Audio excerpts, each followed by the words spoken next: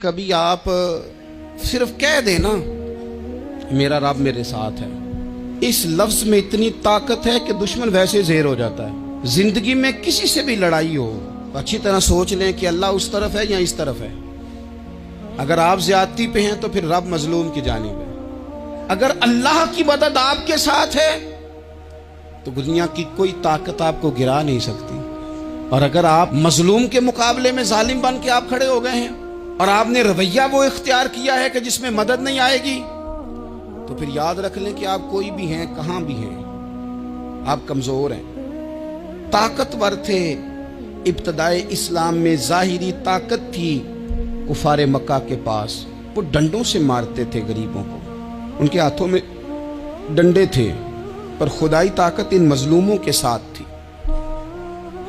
صاحب زرقانی نے لکھا ہے، حضرت زنیرہ رضی اللہ تعالیٰ عنہ ایک لونڈی ہے، غریب ہے، ماڑے دا کی کام محمد نس جانا یا رونا، غریب سادی بی بی اور لونڈی کنیزہ، ایک مشرک کی کنیزہ تھی، انہوں نے کلمہ پڑھ لیا، وہ ڈنڈوں سے مارتا، دروں سے مارتا، تکلیف دیتا۔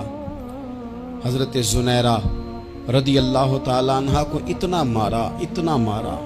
اب آپ ایک اور پہلو پر بھی غور کریں، مار بھی پڑ رہی ہے پر خدا ادھر ہی ہے، اللہ کی مدد ادھر ہی ہے۔ رب کہتا ہے کہ پہلے تو صبر کرنا، ان اللہ مع الصابرین، تو صبر کرے گا تو پھر رب کی معیت ملے گی، ذرا ٹھہرنا، تو تھوڑا ڈٹنا۔ ان الذین قالوا ربنا اللہ ثم استقاموا تتنزل علیہم الملائکہ، تو کہے اللہ میرا رب ہے، پھر تو پہلے ڈٹ، پہلے تو نے ڈٹنا ہے۔ ثم استقاموا، جو ڈٹ گیا، تتنزل علیہم الملائکہ، ڈٹنے والے کے لیے مدد آتی، پہلے تھوڑا ٹھہرنا پڑتا ہے، پہلے تھوڑا صبر کرنا پڑتا ہے، حوصلہ کرنا پڑتا، اس کے بعد مدد آتی۔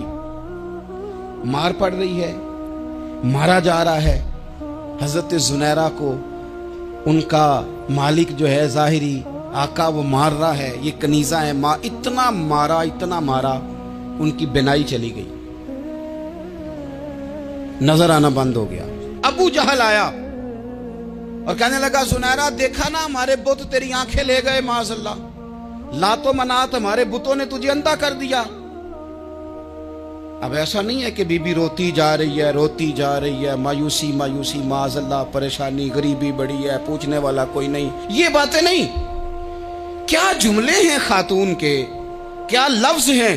ابو جہل نے تنزیہ کہا، معاذ اللہ، کہنے لگا دیکھا نا ہمارے بتوں نے تجھے اندھا کر دیا۔